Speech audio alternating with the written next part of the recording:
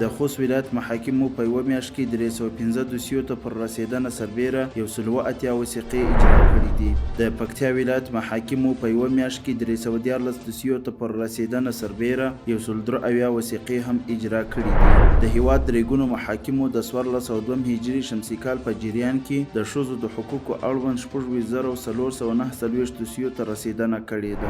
د میدان وردګ ولایت اړوند محاکمو د 1402 هجري شمسي کال په وروستیو شپږو میاشتو کې 108 بېلابېلو قضیو ته رسېدنه کړې او 691 وثیقې هم اجرا کړي دي.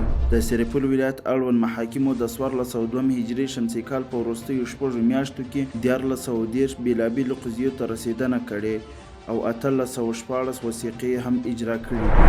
د پکتیکا ولایت اړوند محاکمو د 1402 هجري شمسي کال په وروستیو شپږو میاشتو کې 108 بېلابېلو قضیو ته رسېدنه کړې او 253 وثیقې هم اجرا کړي دي. د غور ولایت محاکمو په 2 اونیو کې 108 دوسیو ته پر رسېدنه سربیره 115 وثیقې هم اجرا کړي دي.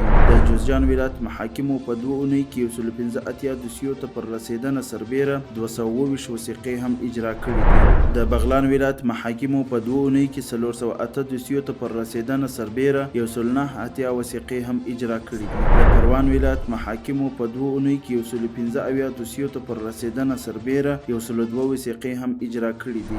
د بغلان ولایت محاکمو په یوه میاشت کې 204 دوسیو ته پر رسېدنه سربیره 280 وثیقې هم اجرا کړي دي. د فاریاب ولایت محاکمو په 2 اونیو کې 216 دوسیو ته پر رسېدنه سربیره 301 وثیقې هم اجرا کړي دي. د سمنګان ولایت محاکمو په 2 اونیو کې 140 دوسیو ته پر رسېدنه سربیره 115 وثیقې هم اجرا کړي دي. د پنجشیر ولایت محاکمو په یوه میاشت کې 440 دوسیو ته پر رسېدنه سربیره 102 وثیقې هم اجرا کړي دي. د هرات ولایت محاکمو په 2 اونیو کې 418 دوسیو ته پر رسېدنه سربیره 409 وثیقې هم اجرا کړي دي.